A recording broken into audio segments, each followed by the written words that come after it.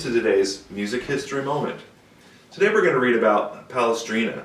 So grab yourself a cup of coffee or something of the sort and sit back, relax, and enjoy learning a little bit more. Take some notes if you find something interesting.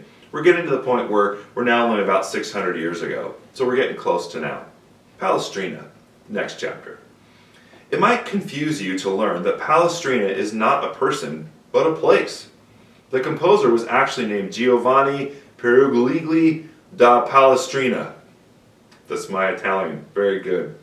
At various times he was also known as Johannes Petrus Aloysius Palestrinius, Johannes Palestrinius Giovanni de Palestrina, Gio Pietro Luigi da Palestrina, Gianetti Palestrina, Gianetto del Palestrino, Gio Palerosis Palestrino, and Gianetto Palestrina. Just hammering through. Under the circumstances, Palestrina seems the least trouble.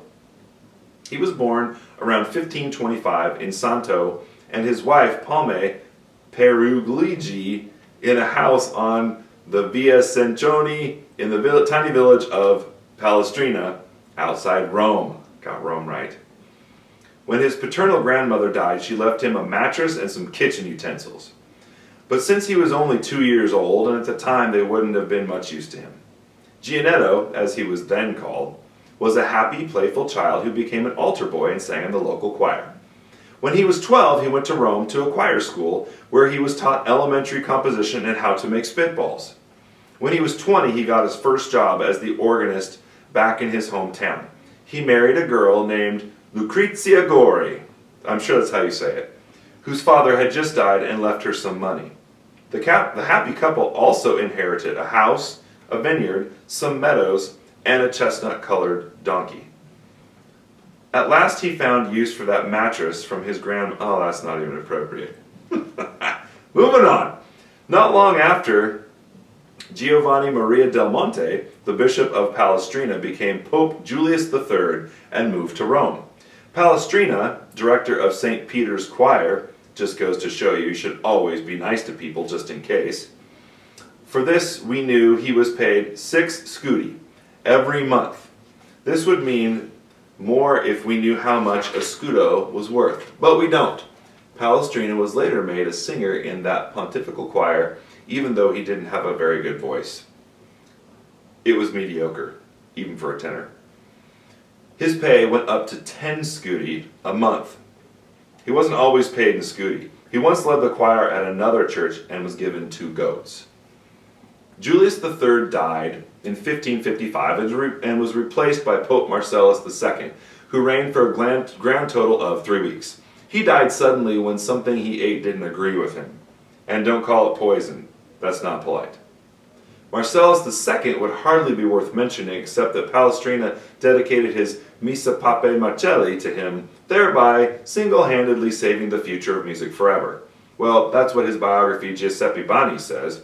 Who are we to disagree with Giuseppe Biani, something like that. It seems that church music at the time had gotten a little too racy, and the new Pope, Paul IV, called for it to be cleaned up. Composers had been using bawdy songs as this basis for their church music. Worst of all, no one could understand the words. The story goes that some of the stuffier cardinals wanted to abolish polyphony altogether and get back to the basics with Gregorian chant. Palestrina showed them the Pope Marcellus Mass and was able to convince them that some of his music might be quite respectable. Evidently, the cardinals fell for it. Palestrina was by no means your typical artsy-fartsy musician. He was a pretty shrewd businessman who sold barrels of sacramental wine to the church to make extra money. He wasn't very good at saving, though. When his son Angelo died suddenly, Palestrina had to borrow money to repay his bride's dowry, which he'd spent already. Palestrina's wife died in 1850 of the dreaded sheep flu, which left the composer quite upset. For a while, he even considered giving up music and becoming a priest. He got as far as shaving his head and then changed his mind.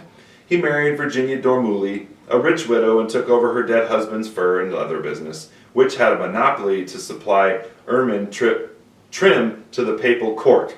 Fortunately, he hadn't yet taken a vow of celibacy. Palestrina went into partnership with the shop's young apprentice, and together they made a killing in the market. Palestrina's wife was no fool either. She invested 500 scudi into the business, which she later withdrew and lent back to Palestrina at 8 cents per 8% interest. Goodness. He owned 4 houses, which he rented out to quiet tenants. Palestrina was very busy. In the mornings, he minded the fur store and unplugged his tenants' toilets. In the afternoon, he composed motets and masses. Somehow, he found time to write 93 masses and 500 motets, not to mention the 4 books of madrigals and other assorted church music.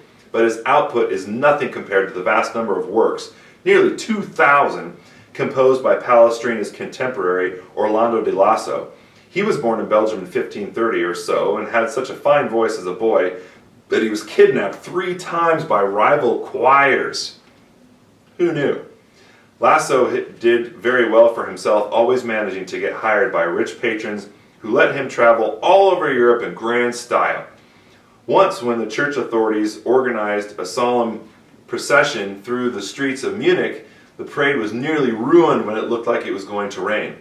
As soon as the choir began to sing sings music. That doesn't make any sense. Sing his music. Sing his music. Haha. Still doesn't make sense. The clouds parted and the sun shone. Thereafter, that piece was sung at all outdoor processions just to be on the safe side. Lasso enjoyed tremendous popularity as a composer and had his music performed in all the best places. Although he was quite wild as a young man, he got more serious as he grew older. Pretty soon, he stopped writing dirty songs altogether. Towards the end, he went a bit bonkers. He no longer recognized his wife, and he started to mumble. For all-around piety, it's hard to beat Thomas Louis de Victoria, who was a Spanish composer of the same period. He was also a priest. He kept saying that he was going to give up composing and devote himself to contemplating higher things, but somehow he never quite got around to it. Victoria studied in Rome before returning to Spain and admired Palestrina so much that he even took to copying his style of clothing and the way he trimmed his beard. Victoria wasn't the only one who admired Palestrina, who even in his own time was better respected than by most musicians ever managed today. Just 2 years before Palestrina's death, a group of other composers got together and printed some music, which they dedicated to Palestrina, whom they called an ocean of musical knowledge. They said that compared to him, they were merely rivers whose life is bound up with the sea. Palestrina was flattered, but he had to ask them to stop before his feet got too wet. Palestrina died in 1594 and was buried in St. Peter's Cemetery. Over the years, with what with all the renovations and everything, we seem to have misplaced his grave. But he's still there, somewhere, decomposing. Have a lovely, lovely rest of your day and afternoon.